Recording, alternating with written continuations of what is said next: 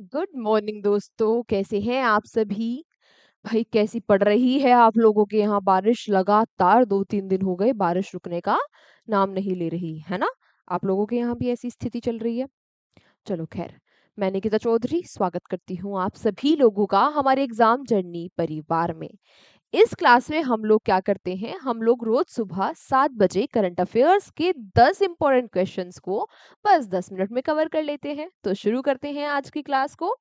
पहला क्वेश्चन आज का क्या है, आपसे पूछा जा रहा है कि when is skyscrapers day celebrated, यानी कि गगनचुंबी इमारत दिवस कब मनाया जाता है। तो ये जो दिन है इसको सेलिब्रेट किया जाता है 3 सितंबर को। किस लिए, ये तो आप समझ गए होंगे। जो ऊंची ऊंची गगनचुंबी इमारतें हैं उनके इंजीनियरिंग और आर्किटेक्ट को सम्मानित करने के लिए ये दिन मनाते हैं। अब आप लोगों के दिमाग में एक क्वेश्चन आ रहा होगा, क्या आना चाहिए कि भाई इस दिन को हम 3 सितंबर को ही क्यों सेलिब्रेट करते हैं, किसी और दिन क्यों नहीं।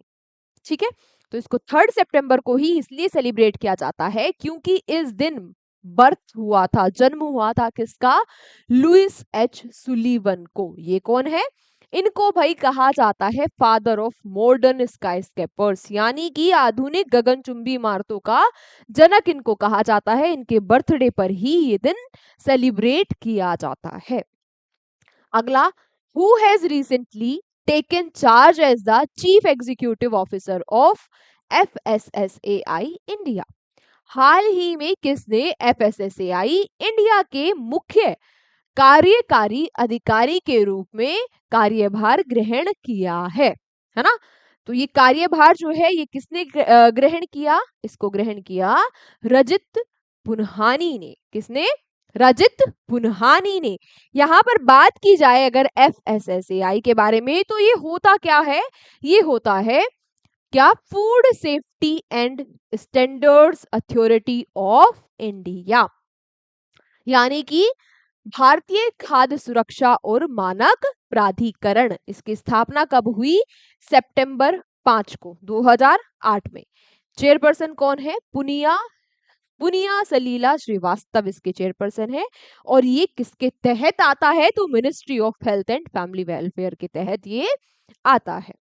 अगला प्रश्न क्या पूछा जा रहा है कि recently ICC has signed an agreement with whom to promote women's cricket। महिला क्रिकेट को बढ़ावा देने के लिए अभी हाल ही में आईसीसी ने किसके साथ समझौता किया। तो ये जो समझौता है ये किसके साथ किया, उससे पहले जरा हमें ये तो पता हो कि ये आईसीसी क्या है। तो आईसीसी क्या है, जल्दी बताओ क्या है, इंटरनेशनल, बिल्कुल सही बात, यानी अंतरराष्ट्रीय, इंटरनेशनल क्रिकेट काउंसिल यानी अंतरराष्ट्रीय क्रिकेट परिषद, है ना। कब हुई इसकी स्थापना, स्टैब्लिश कब हुआ ये, 1909 में, है कि नहीं। बिल्कुल। हेडक्वार्टर्स कहाँ है, इतनी बार मैं इसको पढ़ा चुकी हूँ, रिवाइज करा चुकी हूँ, जल्दी बताओ कहाँ है। बोलते रहो नलायक को, बैठे क्यों हो, चुप चुप नहीं बैठना है, आंसर देना है, अगर आता है बोल के आंसर दो। कहाँ है, दुबई, यूएई में। इसके चेयरपर्सन कौन है, चेयरमैन कौन है इसके। अच्छा, इसका आंसर आप लोग मुझे देना कि आईसीसी के चेयरमैन कौन है, ये आप लोगों के लिए क्वेश्चन फॉर यू। ठीक है, हमारे होम मिनिस्टर के बेटे हैं, ये आप लोगों को मैंने हिंट भी दे दिया। बात करते हैं कि आईसीसी ने समझौता किसके साथ किया, तो आईसीसी ने समझौता किया गूगल के साथ, है ना।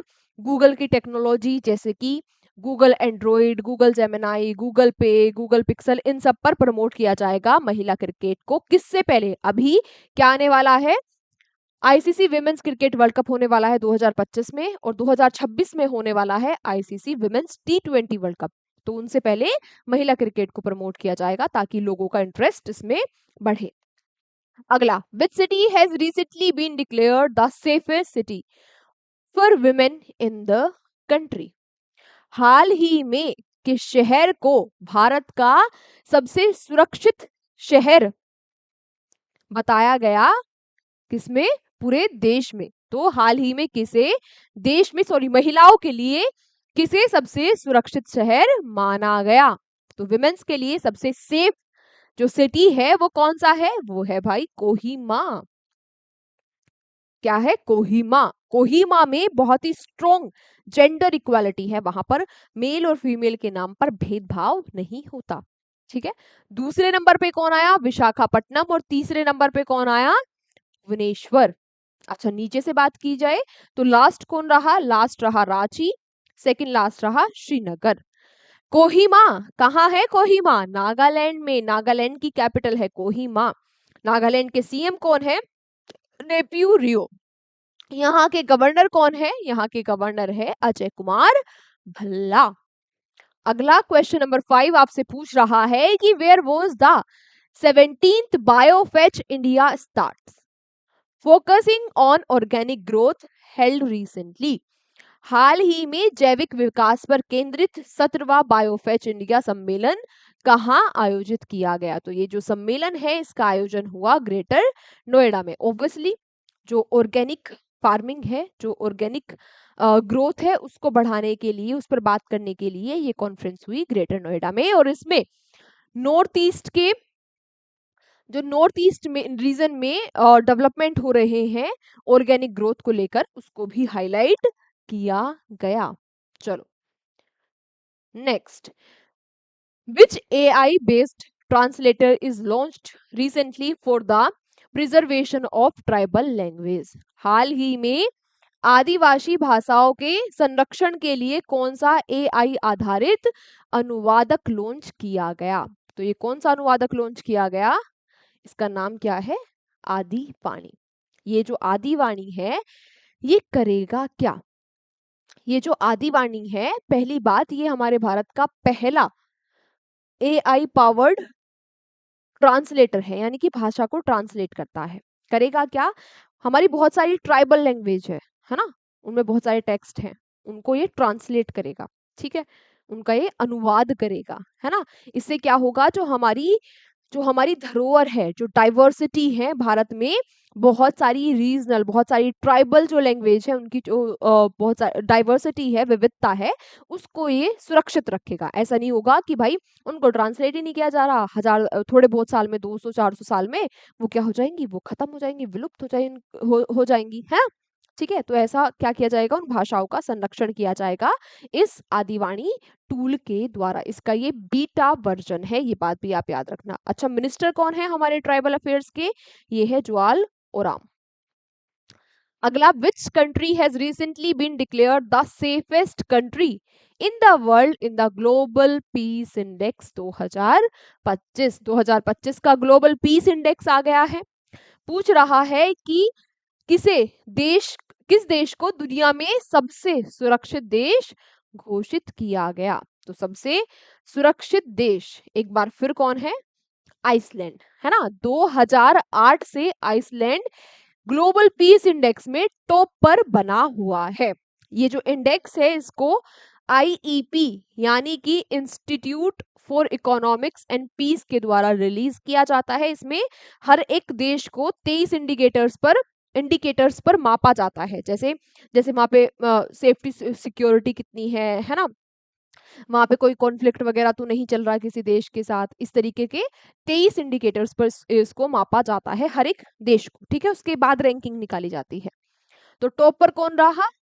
2008 से टॉप पर बना हुआ है शांति के मामले में आइसलैंड। सेकंड पर है आयरलैंड। अच्छा, बात की जाए कितनी कंट्रीज को ये रैंक करता है, तो 163 कंट्रीज को इसमें रैंक किया जाता है। ठीक है, जो वर्ल्ड की लगभग 99.7% जो पॉपुलेशन है उसको कवर ये कर लेता है। बात की जाए भारत की क्या रैंक आई, तो इस बार भारत की रैंक है 115। बात की जाए 2024 में क्या थी, इससे पहले भारत की रैंक 116 थी और 2023 में 126 थी। अब कितनी हो गई? 115। ठीक है, बांग्लादेश की रैंक, अपने पड़ोसी कंट्रीज की रैंक भी पता होनी चाहिए, कितनी है? 123, है ना। आप लोगों को पता होगा वहां क्या हालत चल रही है। पाकिस्तान की 144, अफगानिस्तान की 158, लास्ट में कौन रहा? रशिया। रशिया की 163, सबसे लास्ट आया रशिया और सेकंड लास्ट है यूक्रेन 162। अगला आपसे पूछा, who has been appointed as the 29th controller general of accounts recently? हाल ही में किसको 29वें महालेखा निर्देशक के रूप में नियुक्त किया गया? तो 29वें महालेखा निर्देशक कौन बन गई है? TCA कल्याणी। कौन बनी है? TCA Kalyani. Controller general of account के हेडक्वार्टर्स कहाँ है? न्यू दिल्ली इंडिया में है। स्टैब्लिश कब हुआ ये? 1975 में। और ये रही कौन? कल्याणी जी। फिर आपसे पूछा who has won the Raman Magsaysay award 2025। 2025 में जो रमन मैग्सेसे अवार्ड दिए गए, इनका विनर कौन रहा? तो भारत का जो एजुकेट गर्ल एनजीओ है, ठीक है, इसको क्या मिला? ये अवार्ड से सम्मानित किया गया। टॉप पे क्या कह रही हूँ मैं, 2-3 इंडेक्स पढ़ा लिए है ना, इसलिए। चलो, तो ये जो रमन मैग्सेसे अवार्ड है, किसको मिला? भारत का एक एनजीओ है, एक फाउंडेशन है, जो पूरे विश्व में लड़कियों की शिक्षा के लिए काम करता है। उसको रमन मैग्सेसे अवार्ड से सम्मानित किया गया। इसके अलावा साहिना अली को भी इस अवार्ड से सम्मानित किया गया। ये कहाँ की है? मोलदीव्स की है ना। और ये इन्वायरमेंट, पर्यावरण के लिए इन्होंने काफी काम किया है। इसके अलावा और किसको मिला? और मिला फल्वियानो एंटोनियो को भी इस अवार्ड से सम्मानित किया गया। ये फिलीपींस के हैं, ठीक है। इन्होंने गरीबों के लिए काम किया, उनके अपलिफ्टमेंट के लिए काम किया, उनके उद्धार के लिए काम किया, ठीक है। आज का हमारा अंतिम क्वेश्चन आपसे पूछ रहा है कि where will India's only tennis premier league be held in 2025? क्या पूछा कि भारत की एकमात्र टेनिस प्रीमियर लीग 2025 में कहां आयोजित की जाएगी? तो एकमात्र प्रीमियर लीग भारत की आयोजित होगी अहमदाबाद में।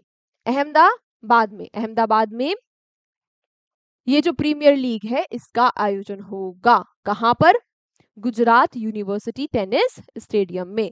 यहाँ पर बहुत सारे लोग पार्टिसिपेट करने वाले हैं, है ना। जो एटीपी रैंकिंग जिनको मिली है, वो भी पार्टिसिपेट करेंगे। और 2 बार ग्रैंड स्लैम जीतने वाले रोहन बोपन्ना भी इसमें पार्टिसिपेट करने वाले हैं। तो आपसे क्या पूछ सकता है कि रोहन बोपन्ना किससे संबंधित है ना। ये तो पूछ ही सकता है कि ये जो टेनिस प्रीमियर लीग है, ये कहाँ होगी। रोहन बोपन्ना का नाम भी मेंशन हो रहा है न्यूज़पेपर्स में, तो हो सकता है ये भी पूछ ले, ठीक है। चलो, आज की क्लास को हम यहीं तक रखते हैं। अब आप लोगों से मुलाकात होगी अगली क्लास में। तब तक आप लोग यूं ही हंसते रहिए, मुस्कुराते रहिए और देखते रहिए एग्जाम जर्नी। इस क्लास की पीडीएफ आपको मिल जाएगी हमारे एग्जाम जर्नी के टेलीग्राम चैनल पर क्लास के बाद, ठीक है। Okay, take care, bye bye.